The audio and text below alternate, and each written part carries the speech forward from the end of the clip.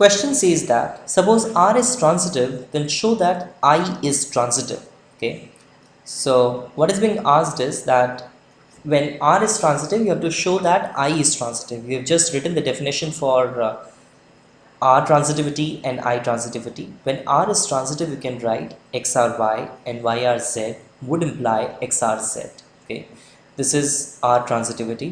Similarly, you can even write I transitivity, which you have to prove that for all X Y Z belonging to capital X, X I Y, Y I Z would imply X I Z.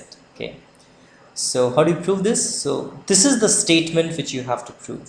Okay, remember this, that this is the statement which you will have to prove that xiy and yiz would imply xiz. So you choose any xyz belonging to capital X. Okay, suppose xiy and yiz are true. What you have done is that this is the statement which you have to prove: xiy and yiz would imply xiz.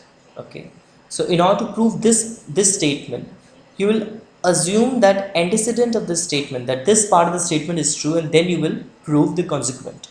So you assume that xiy and yiz are true.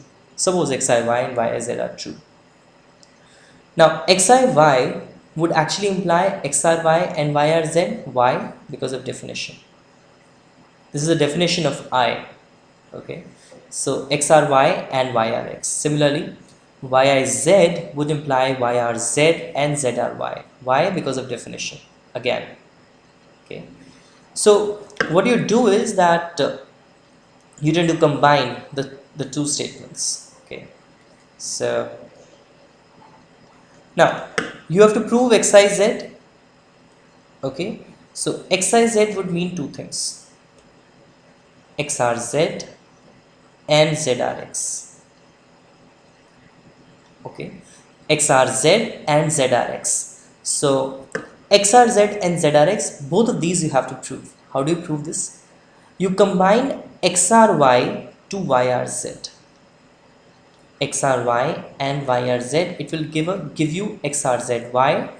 Because R is transitive. It is given to you that R is transitive. Okay, similarly, it is also said, now what exactly you need to prove? You have to prove zrx. You have proved one part of the statement, which is xrz. Now you will be proving zrx. So combine zry to yrx. Okay, you have to combine zry to yrx, and you have combined this zry and yrx will give you zrx again. Why? Because R is transitive. Okay, because R is transitive. So you have proved both part of the statement. You have proved xrz and zrx, and both of these would actually imply xiz, and this is what you wanted to prove. This is what you wanted to prove, that xiz is true.